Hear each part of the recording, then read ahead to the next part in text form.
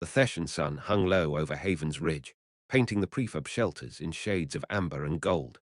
Sergeant Rachel Kovacs wiped the sweat from her brow and surveyed the distribution center one last time, watching as the last of the Thessian refugees, tall, willowy beings with iridescent skin that shifted between silver and blue, loaded medical supplies onto their hoversleds. 3 months of humanitarian work, and the 3rd Expeditionary Battalion's Shadow Company, 2nd Squad had finally stabilized this settlement on the edge of nowhere. She turned to her squad, scattered around the compound's perimeter. "All right, people, transport arrives in 30. Final sweep, and we're wheels up." Corporal James Harding looked up from where he crouched beside a group of Thessian children, their chittering laughter filling the evening air. "About damn time, Sarge. No offense to our hosts, but I'm ready for some Earth-side gravity." Private Yuki Tanaka chuckled from her position on the eastern watchtower, her rifle scope glinting in the fading light. "You just want to see Jenny again." Harding grinned and stood, ruffling the head crest of the smallest Thessian child before rejoining the squad. Guilty as charged. The settlement of Haven's Ridge wasn't much. 40 structures housing 200 refugees displaced by the resource wars that had torn apart Thessia's northern continent. But to the Earth Defense Force, every life mattered. The Galactic Council had established protocols after humanity's admission 20 years ago. Interfere minimally, observe cultural boundaries, never escalate. Shadow Company had followed every rule to the letter. Staff Sergeant Marcus Webb stepped out of the command tent, his weathered face creased in concentration as he studied his datapad. "Transport's early. ETA 15 minutes. He glanced at Kovacs, his second in command. "Something feels off." Kovacs trusted Webb's instincts. The man had survived the Proxima incursion and the brutal mop-up operations on Gamma 4. She activated her comm. "All units tighten up. Double-check your sectors." Specialist Thomas Burke, the squad's heavy weapons expert, hefted his M440 autocannon and grunted, "Always trust the gut." The rest of the squad moved with practiced efficiency. Corporal Lisa Garrett took position at the south gate, her combat shotgun loaded with non-lethal rounds, standard for humanitarian ops. Private Devon Wright, their medic, finished packing his supplies while keeping one eye on the ridge line. Lance Corporal Amanda Fisher and Private First Class Ryan Oakes secured the supply depot, while Private Nathan Cross manned the northern approach, his combat visor scanning thermal signatures. Sergeant First Class Daniel Foster, Webb's senior NCO, jogged over from the communications array. "Sarge, I'm picking up anomalous readings. Multiple contacts, coming in fast from the western ridge." The words had barely left his mouth when the first plasma bolt screamed across the compound. Foster's chest exploded in a shower of blood and carbon-scored armor. He hit the ground without a sound. "Contact west," Webb's voice cut through the sudden chaos. "Defensive positions. Protect the civvies." The evening erupted into hell. Kovacs dove behind a supply crate as more plasma fire tore through the air, the distinctive whine of council weapons unmistakable. She risked a glance and her blood ran cold. Dozens of armored figures poured down the western slope. Sarkonian shock troops, their forearms bristling with weapons. Behind them came Quellan slavers, reptilian and cruel, their energy nets crackling. This wasn't a random raid. This was an organized strike. "They're after the refugees." Kovacs keyed her comm as plasma bolts chewed into the crate beside her. "Webb, we need to buy time for evac." "Already on it." Webb's rifle barked 3 times, dropping a Sarkonian trooper. "Shadow 2-1, form a defensive perimeter around the landing zone. Do not let them reach those civvies." The squad moved like they'd been born to it. Burke set up his autocannon at the compound's center, the weapon's distinctive thunder joining the symphony of violence. Tracer rounds streaked across the compound, shredding into the advancing Sarkonians. 3 went down, then 5, but more kept coming. Harding sprinted to the eastern barricade, laying down covering fire as Thessian refugees scrambled toward the landing zone. A plasma bolt caught him in the shoulder, spinning him around. He gritted his teeth and kept firing, his rifle chattering in controlled bursts. "Medic!" Garrett's voice rang out. Wright was already moving, staying low as he reached Harding's position. "I got you, buddy. Just keep breathing." Harding laughed, the sound wet and pained. "Breathing isn't the problem. Not dying might be, though." Wright slapped a trauma patch on the wound and jabbed an auto-injector into Harding's thigh. Then don't. Remember, Jenny's waiting. Above them, Tanaka's rifle cracked with metronomic precision. Each shot found its mark. A Sarkonian's eye slit, a Quellen's exposed throat, the power cell of a plasma rifle. She was the best marksman in Shadow Company, and she made every round count. Tango down. Her voice was ice calm over the comm, marking priority targets. Fisher and Oakes had turned the supply depot into a fortress, using crates of medical supplies and food synthesizers as cover. Fisher fired in short, controlled bursts while Oakes lobbed smoke grenades, obscuring the attackers' sight lines. Oakes keyed his comm, his young voice steady despite the chaos. "They're trying to flank north. Cross, you got eyes?" Cross's response was immediate. "Confirmed. Engaging." His rifle thundered, dropping two Quellans who tried to circle around. Then a plasma bolt found him, punching through his visor. He toppled backward, dead before he hit the ground. Cross is down. Kovacs felt the loss like a physical blow, but there was no time to grieve. She reloaded and kept firing, her rounds stitching across a Sarkonian's chest plate. "Keep them back. The transport's 2 minutes out." Webb coordinated the defense from the command tent, his rifle never stopping as he barked orders. "Burke, suppress that heavy weapons team on the ridge. Garrett, shore up the south. Don't let them split us." Burke swung his autocannon around, the weapons roar deafening as it tore into a Sarkonian weapons platform. The alien heavy gun exploded in a ball of white-hot plasma, taking 3 hostiles with it. But return fire found Burke a moment later, a concentrated barrage that punched through his armor and dropped him to his knees. He looked down at the smoking holes in his chest and laughed. "Well, shit." Then he grabbed his autocannon's trigger and held it down, the weapon screaming defiance as he poured fire into the enemy ranks. 6 more Sarkonians fell before a plasma bolt took off the top of his head. "Burke!" Tanaka's voice cracked over the comm, the first emotion she'd shown. Her rifle sang its fury, dropping 4 hostiles in rapid succession. The transport roared overhead, its engines drowning out the battle's din as it descended toward the landing zone. Theshan refugees rushed toward it, their movements panicked but controlled thanks to the EDF's training. A Quellan slaver broke through the southern perimeter, his energy net crackling as he rushed toward a group of children.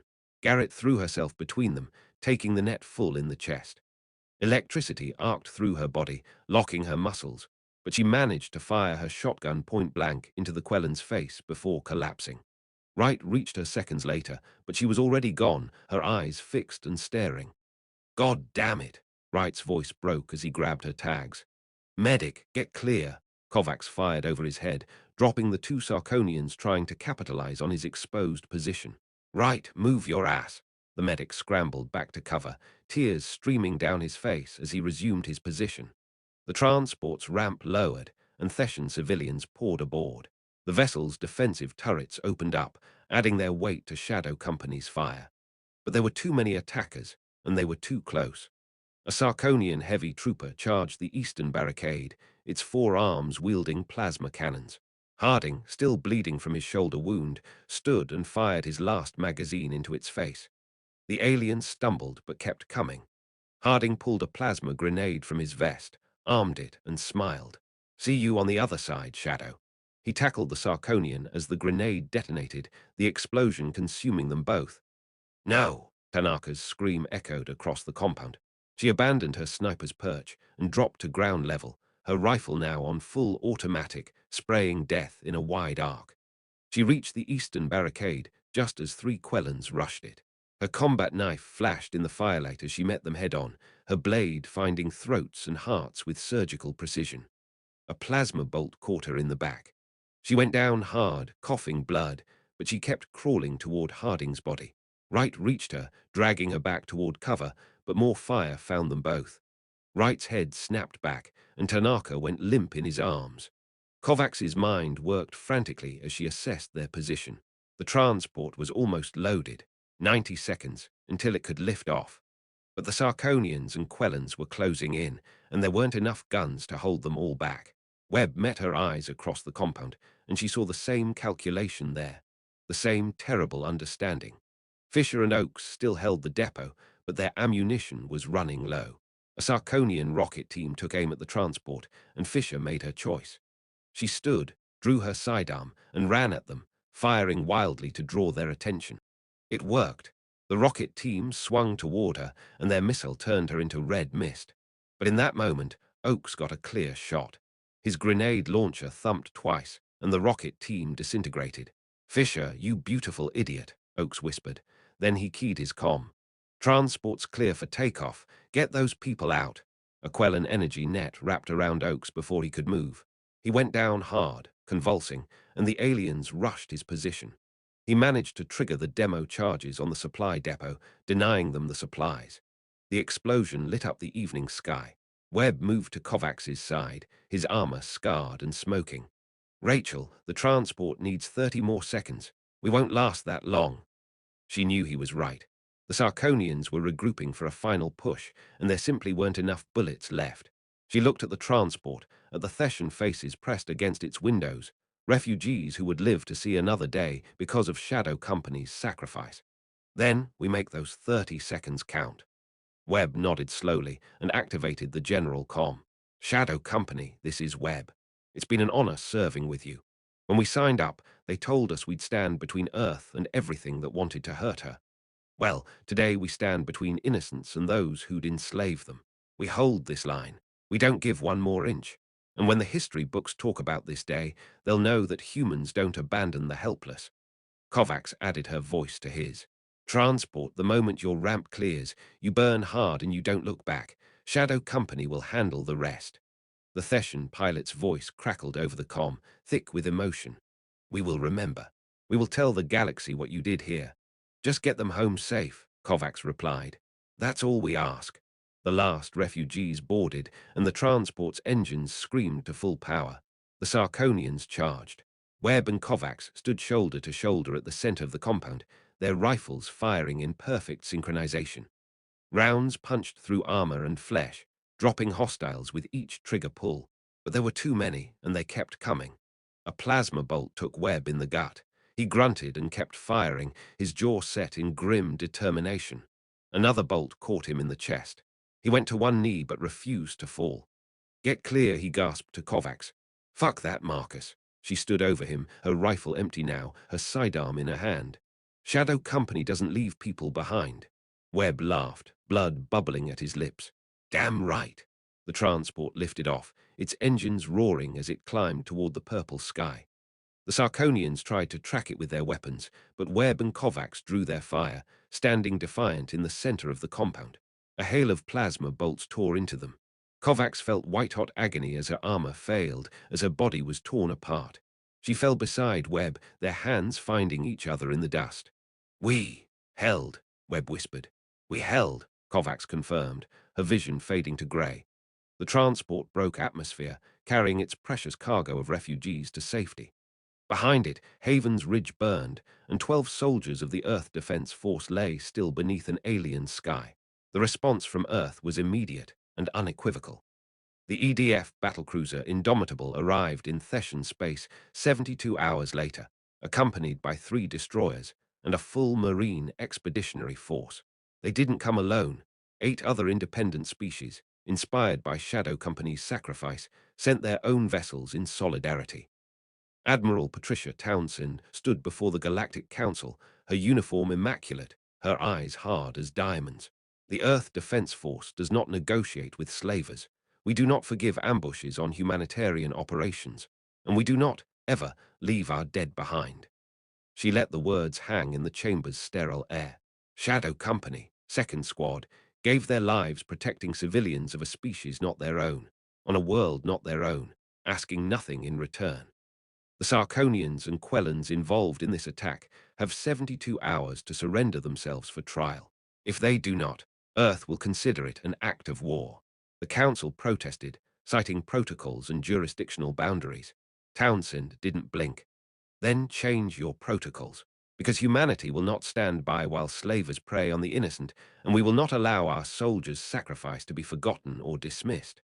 She leaned forward, her voice dropping to a lethal whisper. "You wanted humans in your Galactic Council. You wanted our strength, our technology, our resources. Well, you got all of that. But you also got our values. And if you can't respect those values, if you can't honor the sacrifice of 12 souls who gave everything for strangers, then we'll withdraw from this council and make our own way among the stars." The silence that followed was absolute. Within 48 hours, the Sarkonian and Quellan governments handed over the commanders responsible for the Havens Ridge massacre. Within a week, the Council passed the Shadow Company Accords, establishing protections for humanitarian workers and severe penalties for attacks on civilian operations. The Indomitable recovered the bodies of Shadow Company's second squad and brought them home. They were buried with full military honors at Arlington, their names added to the memorial wall alongside every other soldier who'd given the last full measure. But across the galaxy, on 1,000 different worlds, the story spread. The story of 12 humans who stood against impossible odds, who chose to shield the innocent rather than save themselves, who proved that some things, honor, duty, sacrifice, transcend species and politics. The Thessians erected a monument at Havens Ridge, a towering obelisk of black stone inscribed with 12 names in both English and Thessian script. Refugees made pilgrimages there, leaving flowers and tokens, teaching their children about the day the Earth stood guard over them. On Earth, in the hallways of EDF headquarters, a new motto appeared beneath the official seal. It spread to ships and bases across human-controlled space, a reminder and a promise. When the innocent cry out, we answer. When the darkness comes, we stand. When sacrifice calls, we give. For we are humanity, and we leave no one behind. An old Thessian proverb, adopted now by humans across the stars, became the unofficial epitaph for Shadow Company's second squad. The tree that shelters others from the storm may itself be broken by the wind, but its roots remain, and from them forests grow. 12 soldiers fell at Havens Ridge, but from their sacrifice, a forest of solidarity grew across the galaxy, proof that heroism isn't bound by species, that courage is universal, and that sometimes the greatest victory is measured not in battles won, but in lives saved and principles defended. Shadow Company's second squad had bought 30 seconds with their blood. In return, they purchased something far more valuable, proof that humanity's place among the stars would be defined not by conquest or greed, but by the simple, profound choice to stand between the helpless and the dark.